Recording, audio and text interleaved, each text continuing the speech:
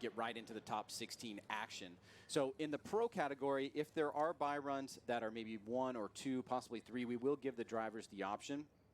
But most of the times we just will bypass the buy runs and move right on into the tandem competition. I did get an update via Instagram and social media. Carlos Arrieta, unfortunately, he is down a couple cylinders. So he's running 4 cylinders in that SE chassis. So he says, still going to send it, bro, because he felt good, unfortunately, in practice earlier today and even yesterday, just down a couple cylinders. So Carlos is down on horsepower. We'll see how he hangs with Joshua Reynolds here. Joshua Reynolds throwing in that BMW. Nice transition. And very apparent here as Carlos down in horsepower, not able to hang with with Josh Reynolds as Reynolds turns it up. Where it gets interesting now for Reynolds is chasing down a vehicle that is down in horsepower. Could be a liability, could be a scenario, but Josh Reynolds, those vehicles maintained by the Drift Cave up in San Jose, California. That's Mount Field Shop. Let's take a look at it again, Ryan. You gave us some good insight there with Arrieta, and you can see it manifests itself pretty much right out of the gate. You see that separation. But watch Josh right here. He's going to come unwound a little bit and really miss that second outside zone. So obviously we really don't have an active chase here from Arrieta. Josh does make that mistake, does not get out to that outside zone. I don't think he incomplete, so he should be decently okay here. But now the real challenge is going to be how does he apply pressure in the chase position to a car that is down so much on power? And this is going to showcase, can he hang with a lower horsepower car? And sometimes in pro, you'll see that departure of horsepower, driving skill, or whatever the scenario might be. But this is where Josh really needs to rise to the occasion and show that he can control, manage the horsepower, keep the proximity. And Ryan, right out of the gate, you could see how long that transition is from that front clip all the way to that second outer zone into that third outer zone. So managing that horsepower and keeping it consistent, keeping it sideways, as now Carlos Arrieta will lead and Josh Reynolds will give chase. There we go. All right, so you can see Carlos trying to manage that lack of horsepower. You can see him correcting, straightening out a little bit here as Josh Reynolds transitioned there from Carlos into that third outer zone. Now through the sweeper, look at Josh Reynolds on a way shallower line. Carlos throws it in. As he said, still going to send it on IG, and there, unfortunately, Carlos down on horsepower, tries to throw it into that final outside zone. The big sweeper, again, going counter course from previous years. But unfortunately for Carlos, down on horsepower does not help the scenario. Yeah, you could really see that starting to come into play, just the power and how far he was down. Pretty much right from initiation. It was a very slow roll-up. Reynolds had to make an adjustment. He moves back offline and then tries to really adjust the car in the mistakes that were being made out front by Arrieta. And you can see he made a mistake of his own. But in the lead position here, as Arrieta comes through this third outside zone and into the fourth, or right before, he's going to push super hard here and go way offline. And then right here, you can see Reynolds is on the inside line, sees that he's going off course, and realizes, uh-oh, I got to get out of the way here, and he moves to the inside line. Yeah. All right, so Josh Reynolds will be the victor here. We'll make it official in a moment, getting the bird's eye view. You know, Ryan, I've gotten a lot of feedback just doing particular events over the years, and just even this year. Let's make it official. Josh Reynolds does get the win. It is going to be unanimous. It's Hofmann Rahimi, and the winner of this battle will go against Austin Mata, who's currently third in points. Josh Robinson out front. Ooh, look at that power. Sweat Robinson there, but Robinson pulls away in that Duralast BMW around that last outside sweeper. You see power gets close, has to back off a little bit. Josh Robinson using all the course and bring it across the finish line on the outside of that zone, Ryan. Yeah, that first perspective was very informative. You could really tell the difference on that first outside zone between the two drivers.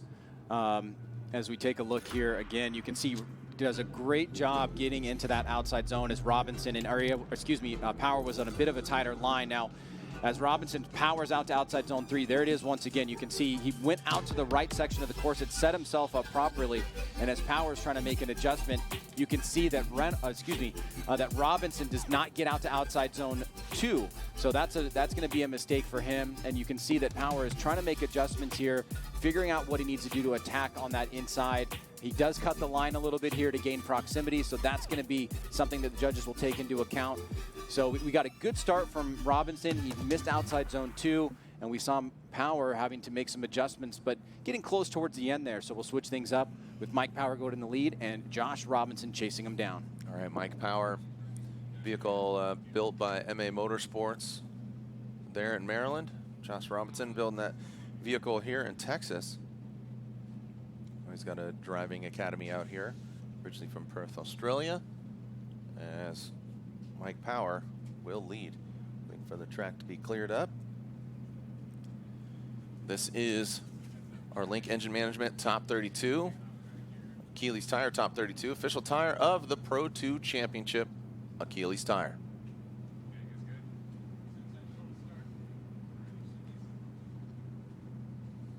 So Ryan, you talked about it earlier. Even though we have some fans in attendance, and attendees here, we do not have open pits, so it's a real expedited halftime break because no need for, delay the inevitable.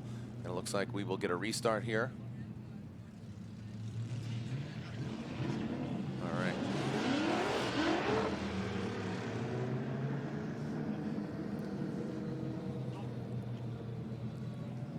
Cone was hit there, Ryan. So we'll get a clean, fresh restart here. Overhead view of our first run. Yeah, you could see right there. After that outside zone 1, Power got really close to Reynolds, almost made contact there, and Robinson would have been in a much better position if he was able to get out to that outside zone 2. So you could see these guys kind of going tit for tat back and forth here as now Power goes out to the front. at Seattle, when I can't remember the track, you got Gautier? Yeah. Is it Gautier? I can't remember, man. It was hilarious. It was one of the French drivers, I think. It was great. All right, here we go. As Power now in front, and Robinson in his position. Mike Power blasting that front flip. The one and only shooter up in the sky. Mike Power. Whoa, and Robinson goes off course. Oh, man, unfortunate there as Robinson goes off. Don't know what happened there. That was really weird as he transitioned, flicked it back around. Want to take a look, again, using our naked eye and making use of the screen of what the fans are seeing at home. Over the years, there's been something that's been really consistent, and that's drivers, no matter which way we're going on this course, is really cutting that power alley and not getting to the outside zones. Now, Power does a pretty good job on outside zone 1. Robinson, I think, is going to get lost in the smoke line here, but Power also completely misses outside zone 2 and 3. Now, Robinson looks like he was trying to make an adjustment there, but got caught up behind and really had nowhere to go. So this is going to be interesting for the judges to take a look at. Here it is again. Watch this. Power out front, going to be tight on inside clip 1, completely miss outside zone 2, and then as he transitions, he's going to be way early on outside zone 3, and then that's where we see the unwinding from Robinson. So the judges are going to be critical on whether or not anything that Power was doing had an impact on the chase run. They've been very strong on that this year because they want the chase drive. Well, it looks like Robinson may have done that independently, even though there was some mistakes leading up to it from Power. But that is, I believe, what the judges are going to be looking at, is really what kind of influence that the lead driver had on what the chase driver was doing. And they've drawn, some pretty bright lines there this year. Yeah, I was going to say, not the prettiest from either driver here. Mike Power, you could see him really tight to that front clip, like you say, foregoing that second outside zone. I think he just got lost in the smoke there. I mean, it doesn't seem like it's too thick, but overall, I think Robinson was thrown off by that lead line. All right, here we go. Going to the judges' scorecards. Line them left for Robinson, right for Power, and there we go. Chris saying Mike Power, as does Ryan Lontaine, and now Brian Eggert. It's unanimous. Mike Power gets the win, and yeah. All right, well, thank you, Lontaine. Thank you for watching at home. Share with all your friends, hashtag FDTX. I know the boys at 1945 Speed and Custom, they're watching. Shout out to my boy, Jeremy Bay, and his whole crew. They're in Troy, New York. They're watching the comfort of their own home as Nick Noback and Joe Lynn. Nick Noback from Las Vegas, Joe Lynn from Hong Kong. You can see quite a departure here. It's 900 to 600 horsepower, but it's all about you know, refining it, getting in the right places. Nick Noback. No affiliation with Nickelback, I believe, if I'm not mistaken. No nickels were hurt in the making of this name. Here we go, Noback and Lynn. Noback, great looking BMW, like I said, as Lynn, and the BMW as well. The BMW drivers. Woo, Noback. Scream it into that third outside zone. Let's see how he handles that sweeper.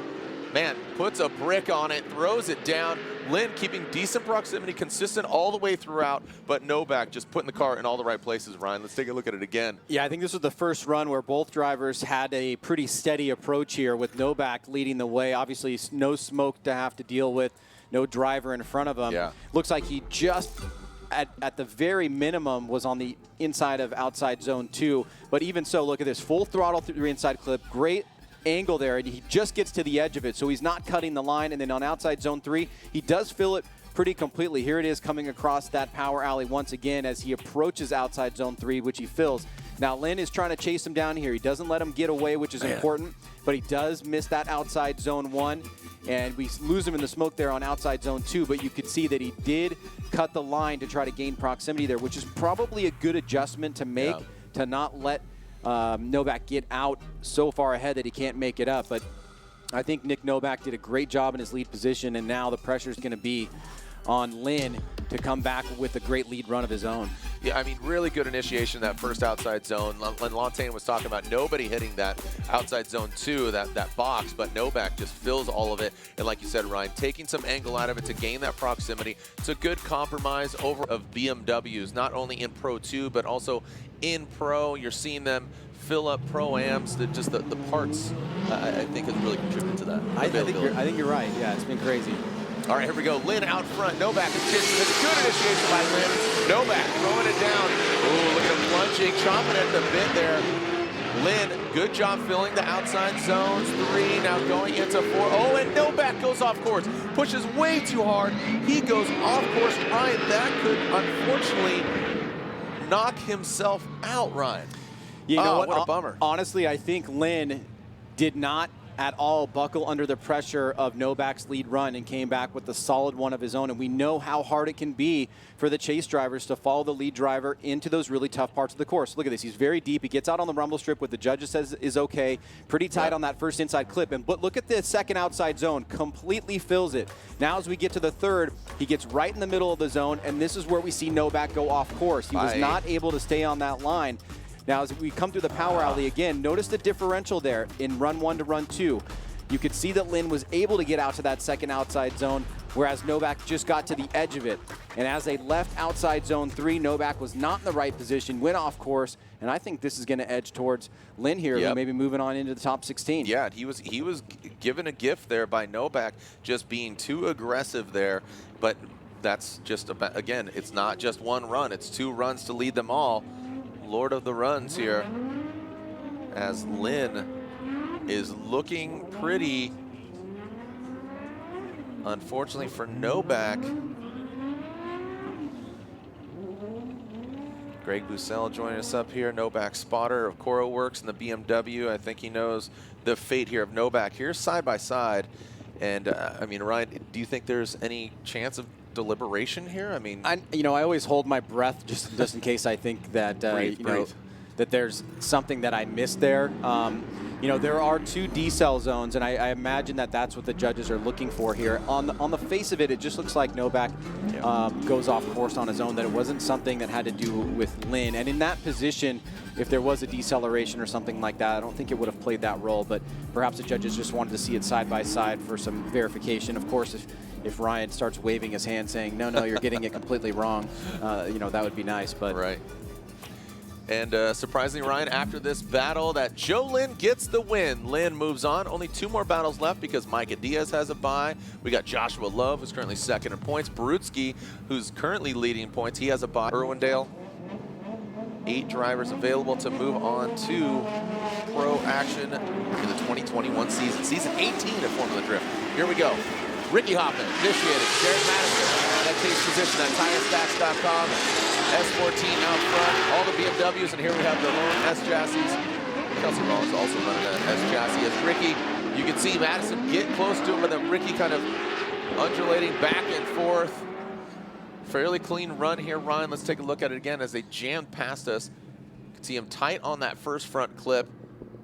And again, don't know if it was Ricky kind of pulsing back and forth or Derek. Well, another good backup here to the Lynn Noback start as we see Hofmann take the lead here against Madison. And notice nice Madison job. coming through on that transition through the smoke line. Hofmann just getting to the edge of that second outside zone. And the third, you can see a slight pause there for a second. Here's a second look at the second outside zone. And you can see a slight reduction in angle there from Hofmann out front. But in the chase position, Madison wasn't able to follow him out to that second outside zone. So we're seeing another kind of tit-for-tat battle. Yeah. There was a slight reduction in angle from Madison, leaving this final outside zone that we're going to take a look at here. See that we have that compression and there's a little bit of separation. And then Madison's on a slightly tighter line. Now he catches back up and gets through that finish line very close to Hofmann. So like the way that this thing is ramping up here, and let's switch things up with Derek Madison leading now as Ricky Hofmann will chase him down. Yeah, I really liked how Ricky, like you said, took some angle out of it into that second outside zone, but then when he got into that big sweeper outside zone 3, just turned it on and just hammered down and brought it across the finish line, which I think surprisingly threw Madison off in that chase.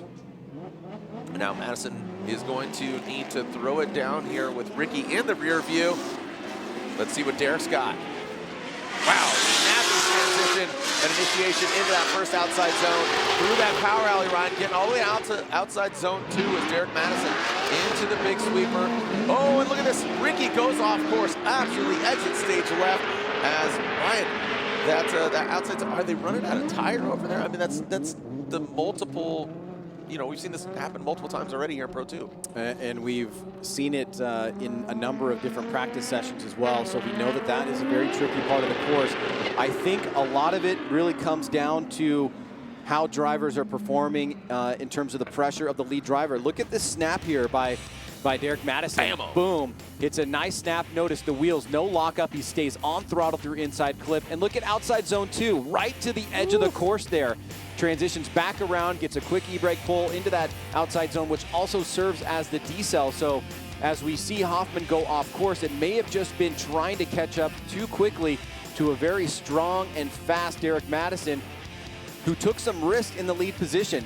And I think it's going to pay off for him. He did a big snap, held that rate to, he got a really quick rate to angle, held that angle, and then pushed through these zones with very minimal decrease in speed or off throttle action. So it looks like he's got this course dialed, and in the lead position really did a strong performance. Here it is.